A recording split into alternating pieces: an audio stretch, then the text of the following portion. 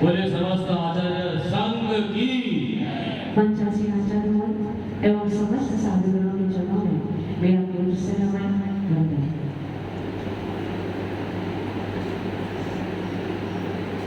सत्य के बिना कभी सत्ता नहीं मिलती,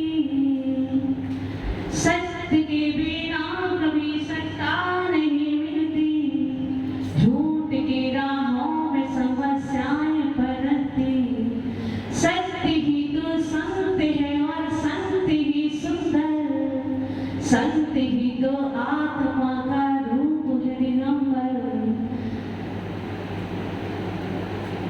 उत्तम सत्य धर्म का हो अनुसरण, जीवन में धारण करो दस आभूषण। आज पर्युषण की इस बगिया में उत्तम सत्य का धर्म है। कौन सा दिन है आज? उत्तम सत्य का।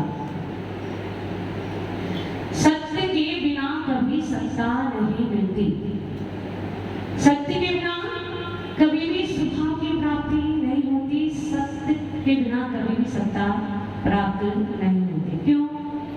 क्योंकि सत्य अंतर आत्मा की शुद्ध परिणति का नाम है। हम क्या जानते हैं? हम मात्र इतना जानते हैं कि झूठ नहीं बोलना सत्य है, लेकिन वास्तव में ऐसा नहीं है। सत्य तो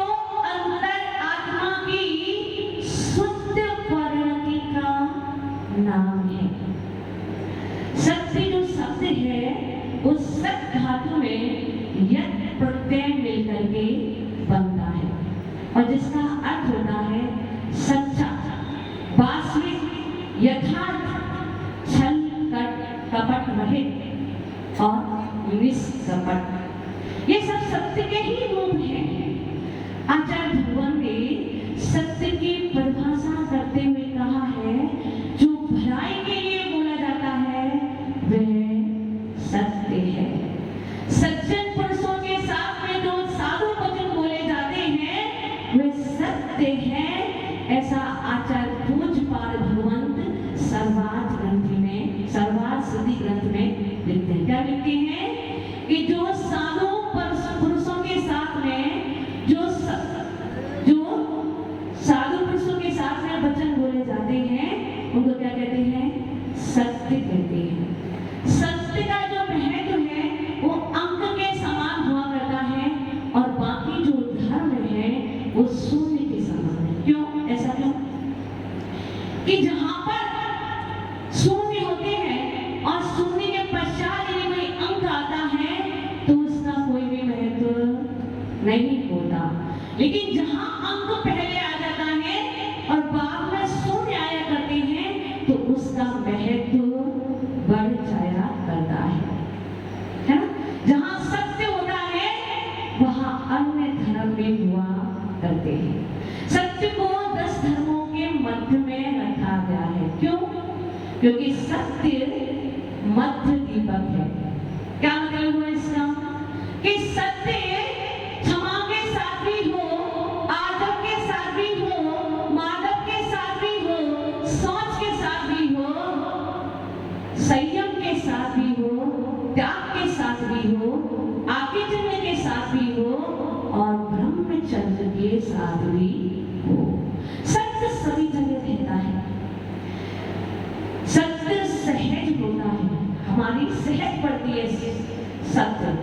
कोई भी व्यक्ति दिन भर में हजारों झूठ बोलने वाला हो वह भी सत्य बोले बिना नहीं रह सकता है। ऐसा कोई व्यक्ति हो ही नहीं सकता जो हमेशा झूठ बोलता है। सत्य तो उसे बोलना ही पड़ेगा और जहां सत्य होते हैं, सत्य होता है वहां सभी धर्म हुआ करते हैं। एक राजा था, उसने अपने राज्य में घोषणा कराई कि मेरे राज्य में जितना भी सामान दुकानों पर बेचा जाता है उस सामान में से यदि कोई सामान बच जाता है तो संध्या ढले गौरमुनि की बेला में वो सामान राजकोष की तरफ से खरीद लिया जाए। ऐसी राजा ने अपने राज्य में घोषणा कराई और बहुत समय तक इस घोषणा का पालन होता रहा, क्योंकि वे जो राजा था वो कैसा था? प्रजा पालन था, प्रजा वत्सल था। कोई भी जो प्रजा है वो दुखी नहीं रहे, इसलिए उसने इस प्रकार की घोषणा अपने राज्य में करा रखी थी। एक बार क्या हुआ कि राज्य के अधिकारी राजा के पास आए और बोले, हे राजन, बाजार में से सारी चीजें बिक चुकी हैं, लेकिन एक दुकानदार शनिदेव की मूर्ति को लिए अभी भी बैठा है। कोई भी व्यक्ति शनिदेव की मूर्ति को खरीदना नहीं चाहता है। क्यों? कि लोग मानते हैं शनि के कारण अमंगल होता है, इसीलिए कोई भी व्यक्ति शनि की मूर्ति को नहीं खरीदना चाहता है। तो राजा ने कहा, कोई बात नहीं, मेरी तो यही घोषणा थी कि जो भी चीज, जो भी वस्तु बाजार में नहीं बिक रही है उसे राजकोष से खरीद लिया जाए। इसीलिए राज सेवकों ने क्या किया? राजा की प्रतिज्ञा का पालन करते हुए उस शनि देव की मूर्ति को खरीद लिया और लाकर के क्या किया? राजभवन में उसको स्थापित कर दिया। अब क्या हुआ? राजा बड़ा प्रसन्न था, क्योंकि जो क्षत्रिय हुआ करते हैं उनकी नीति होती है प्राण जाए पर वचन ना जाए। आज उसके वचनों का पालन हो गया था, उसकी प्रतिज्ञा पूरी हो गई थी, इसलिए आनंदित था, प्रसन्नचित्त था और प्रसन्नता पूर्वक शयन कर रहा था। शयन करते समय उसने देखा एक सजी धजी युवती बाहर जा रही है। उसने उससे पूछा, बहन तुम कौन हो? उसने कहा, मैं लक्ष्मी हूँ। तो तुम कहाँ जा रही हो? उसने कहा, मैं तुम्हारे महल को छोड़ करके जा रही हूँ। राजा ने पूछा, ऐसा क्यों? उसने कहा कि हे राजन, जहाँ शनि की मूर्ति विराजमान हो चुकी है वहां पर लक्ष्मी का कोई काम नहीं है, इसलिए मैं तुम्हारे महल को छोड़ करके जा रही हूँ। राजा शांति से लेटा था उसने लक्ष्मी की बात को सुना और अनसुना कर दिया। लक्ष्मी राजा के महल से पलायन कर दी। थोड़ी देर में उसने देखा एक पुरुष वहां से चला जा रहा है। उसने पूछा, तुम कौन हो? उसने कहा, मैं वैभव हूं।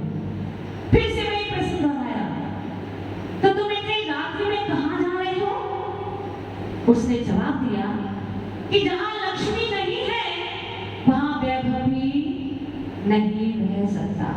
लक्ष्मी के साथ ही मेरा चोली दामन का संबंध है। जहां जहां लक्ष्मी होती है वही तो मैं होता हूं। इसलिए हे राजन, जब लक्ष्मी चली गई तो मेरा भी इस महल में कोई काम नहीं है। वह वैभव भी चला गया। राजा थोड़ा सा परेशान हुआ, फिर बोला, चलो जाने दो, कोई बात नहीं। फिर क्या हुआ?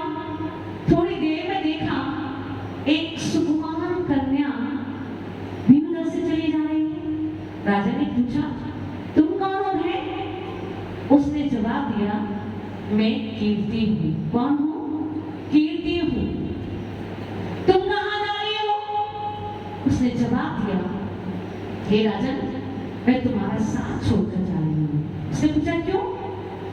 अरे राजन, जहां लक्ष्मी नहीं है, वैभव नहीं है, वहां कीर्ति कैसे रह सकती है? जहां लक्ष्मी होगी, वैभव होगा, कीर्ति भी वहां पर ही रहेगी। इसलिए मैं तुम्हें छोड़कर जा रही हूं। राजा फिर भी शांत पड़ा रहा और सोता रहा। इतने में फिर उसने क्या देखा? एक वृद्ध पुरुष अपने हाथ में लाठी को लिए हुए चला जा रहा है। उसने पूछा, तुम कौन हो? उसने जवाब दिया, मैं सत्य हूं। तो उसने पूछा, तुम कहां जा रहे हो? कि मैं तुम्हारे महल से जा रहा हूं। राजा एकदम से सचेत हो गया, सन्न हो गया और उठ करके बैठ गया। बोला, मैं आपको अपने महल से कदापि नहीं जाने दूंगा। आपकी ही तो खातिर मैंने लक्ष्मी को जाने दिया, वैभव को जाने दिया, कीर्ति को जाने दिया, लेकिन आपको मैं नहीं जाने दूंगा। उसने जोर से उसके पैर पकड़ लिए और कहा कि नहीं, आप मेरे महल से नहीं जा सकते। उस सत्य ने जब राजा की निष्ठा देखी, अपने प्रति समर्पण देखा, तो वह सत्य महल में वापस आ गया। और जैसे ही सत्य वापस आया, उसके पीछे पीछे लक्ष्मी आ गई, उसके पीछे वैभव आ गया और उसके पीछे पीछे कीर्ति भी आ गई। क्या अभिप्राय हुआ? इसका अभिप्राय ये हुआ, जो जीवन में सत्य को धारण करते हैं उनके पास लक्ष्मी भी होती है, वैभव भी होता है और कीर्ति भी रहती है। लेकिन जो सत्य को छोड़कर इन तीनों के पीछे भागते हैं, उनके हाथों में कुछ भी शेष नहीं रह जाता है। तो सत्य जहां होता है वहां पर ही सभी धर्म निवास किया करते हैं। ये जो सत्य है वो 10 प्रकार का हुआ करता है। सबसे पहले कौन सा? नाम सत्य। नाम शब्द से क्या अभिप्राय है? कि अनेक व्यक्तियों में से और अनेक वस्तुओं में से किसी की ओर लक्ष्य करने के अभिप्राय से बोला गया वचन क्या कहलाता है? नाम सत्य कहलाता है, भले ही उसमें वो गुण हो अथवा नहीं हो। जैसे किसी को अरहंत कह के पुकारना। किसी को यदि हमने अरहंत कहा तो क्या उसने 4 भारतीय कर्मों को नष्ट कर दिया है? नहीं, वो तो 8 कर्मों से सहित है, लेकिन अनेक व्यक्तियों में से उसकी पहचान के लिए हमने उसका क्या नाम रख दिया? अरहंत। तो ये सत्य है, झूठ है? ये सत्य ही है। दूसरा सत्य, रूप सत्य। किसी चित्र को देखकर अथवा किसी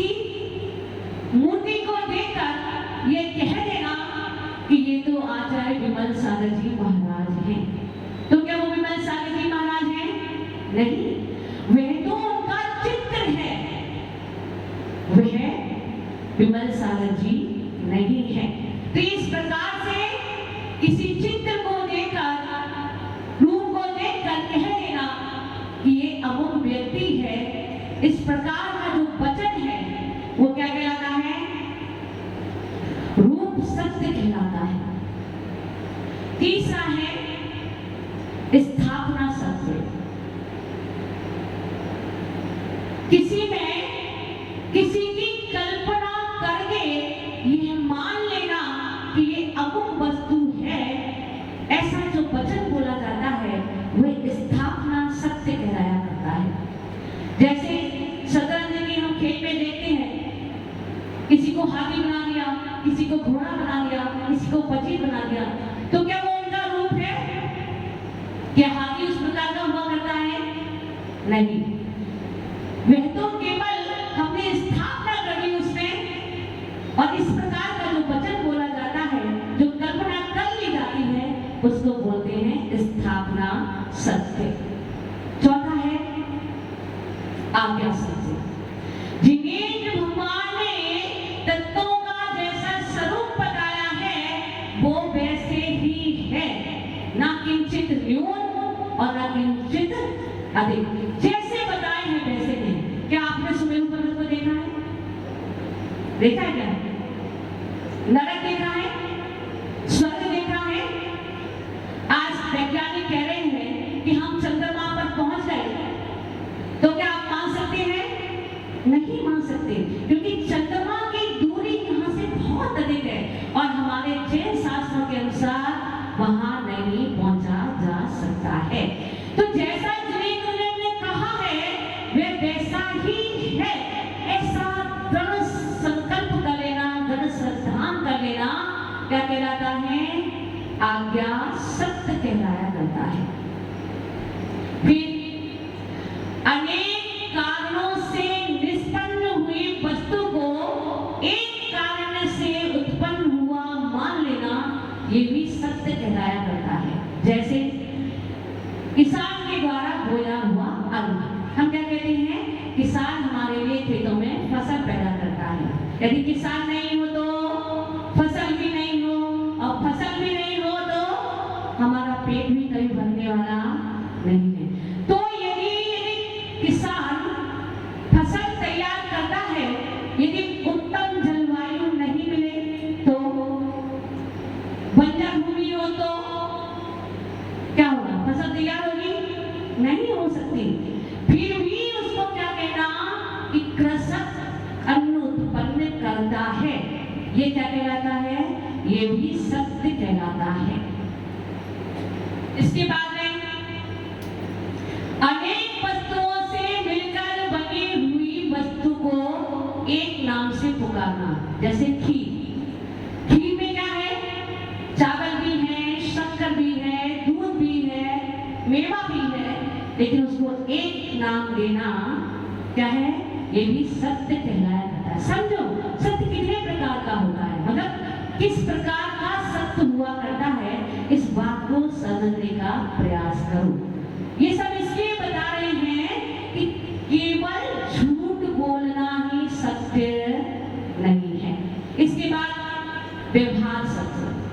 अनेक देशों में किसी एक वस्तु को अन्य अन्य नामों से पुकारा जाना ही सत्य की श्रेणी में आता है। जैसे यहाँ हम नमक कहते हैं और महाराष्ट्र में जाओगे तो उसको क्या कहेंगे? मीठ कहेंगे। यहाँ हम घी कहते हैं, महाराष्ट्र में जाओगे तो घी को क्या कहेंगे? तूप कहेंगे। यहाँ पर जल कहते हैं, ठंडा जल कहते हैं, वहां पर क्या कहते हैं?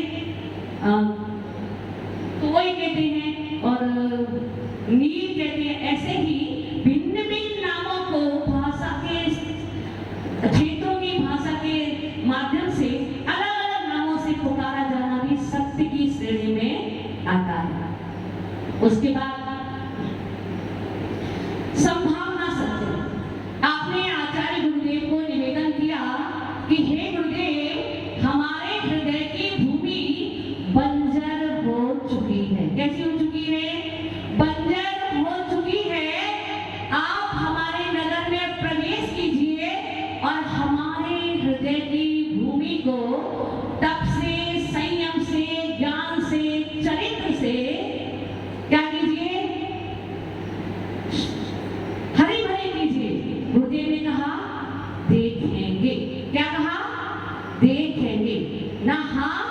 और ना। अब गुरुदेव ने कह दिया और नहीं आए तो भी सत्य है, और गुरुदेव यदि आ गए तो भी सत्य है। इस प्रकार के सत्य को कहते हैं संभावना सत्य। उसके बाद उपमा सत्य। हमारे गुरुदेव तो सूर्य से भी तेजस्वी हैं और चंद्रमा की तरह शीतल हैं। तो क्या आचार्य भगवान सूर्य है? क्या चंद्रमा है? नहीं, सूर्य नहीं है, लेकिन फिर भी उनके जो तप का जो तेज है वो कैसा है? सूर्य के समान है। वो चंद्रमा नहीं है, लेकिन उनके अंदर चंद्रमा जैसी शीतलता है, वात्सल्य है। तो ये क्या हो गया? उपमा सत्य हो गया। और इसके बाद में संकल्प को भी सत्य की श्रेणी में रखा है। जैसे हमने अपना संकल्प कर लिया कि हमें शिखरजी जाना है, और कोई आकर के हमसे पूछता है कहाँ जा रहे हो, तो हम क्या कहते हैं? शिखरजी जा रहे हैं। तो क्या ये असत्य है? नहीं, ये भी सत्य ही है, क्योंकि हमने संकल्प कर लिया है, हमने अपनी तैयारी प्रारंभ कर दी है और हमें शिखरजी के लिए जाना है। इस प्रकार से विभिन्न माध्यमों से हम जानते हैं कि सत्य का स्वरूप क्या है। अब सत्य के साथ में क्या किया? उत्तम विशेषण लगा दिया। तो उत्तम सत्य किनके होगा? वह तो आपके होने वाला नहीं है। वो किनके होता है? वो तो इन तप संयम के आभूषणों से जो सुसज्जित हैं, ऐसे निकृष्ट मुनि राजों के ही होता है। तो फिर आपके क्या होता है? हम सत्संग का पालन नहीं करते? भैया आचार्य भगवान कहते हैं पहले सत्यानुव्रत का पालन करो। मतलब क्या? मतलब ये कि एक देश में सत्य का पालन करो। आप व्यापार करते हैं तो क्या झूठ का प्रयोग नहीं करते? क्या बिना झूठ के व्यापार किया जा सकता है? राजनीति हो सकती है? गृहस्थी चल सकती है? नहीं चलती, क्योंकि जो महिला है उसको पता है कि यदि आज मैंने नहीं बोला कि धान्य खत्म हो गया है तो क्या होगा? अगले 7 दिन तक वो आने वाला नहीं है, तो क्या करना पड़ता है? उसको थोड़ा सा झूठ बोलना पड़ता है। अभिप्राय क्या है उसका? अभिप्राय वहां झूठ बोलना नहीं है, अपने गृहस्थी का चलाना, संचालन करना है ना? तो ये क्या हो गया? सत्यानुव्रत। एक देश में सत्य का पालन करना। फिर क्या करना? सत्यानुव्रत जब आपके जीवन में आत्मसात होने लगे, फिर क्या करना? फिर सत्य महाव्रत को स्वीकार करना। किसको? सत्य महाव्रत को, यानी कि पूर्ण रूप से सत्य की आराधना करना। उसके बाद में क्या करना? सत्य कैसा हो?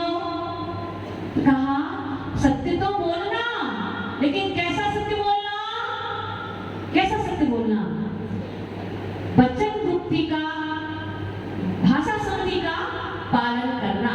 जब भी बोलो तो भाषा समझी का ध्यान रखना। क्या मतलब वहां? जब भी बोलो तो हितकारी बोलो, मितकारी बोलो और प्रिय बोलो। हितकारी मतलब, हित माने जो खुद का भला करने वाला हो और दूसरे का भी भला करने वाला हो। कोई गाय खरीदी और किसी कसाई ने आपसे पूछा कि गाय किधर गई है?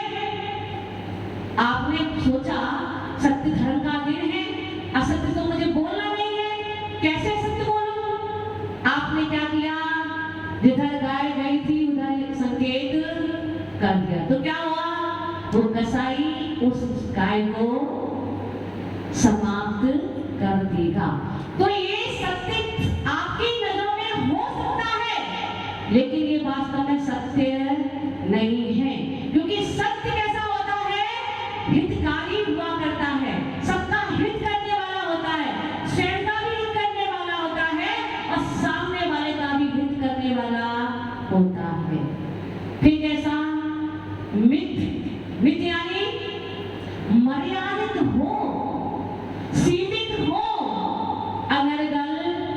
नहीं हूं। जो मन में आया सो बोल दिया। क्या करना? पहले सोचना फिर बोलना। ये क्या कहलाएगा? मिथ। फिर कैसा? प्रिय। प्रिय हो। आप किसी अंधे से अंधा कह दोगे तो, काने से काना कह दोगे तो, अरे भैया वचन तो ऐसे बोलो जो कर्ण प्रिय हो, जो श्रोत प्रिय हो, जो हृदय को आनंदित करने वाले हो। आपका अच्छे वचन बोलने में कुछ भी जाने वाला नहीं है। क्या कहते हैं? वाणी ऐसी बोलिए मन का आपा खोए, आपहु और को शीतल करे और आपहु शीतल होए। आप भी शीतल हो और दूसरे को भी आनंद आए। कहते ना, जब तीर्थंकर भगवान की देशना झलकती है, क्या कहते हैं? मानो उनके वचन की पंक्ति झलक रही है ना? इतना आनंद आपके शब्दों से आना चाहिए, क्योंकि शब्दों में वह ताकत हुआ करती है, वो शक्ति हुआ करती है, वो आकर्षण होता है कि चाहे तो आप एक वचन से अपने हजारों मित्र बना सकते हो और एक कटु वचन से हजारों शत्रु भी तैयार कर सकते हो। ऐसी वचन में सामर्थ्य होती है। इसलिए जब भी बोलो तो मधुर बोलो। मधुर वचन भी कैसा होता है?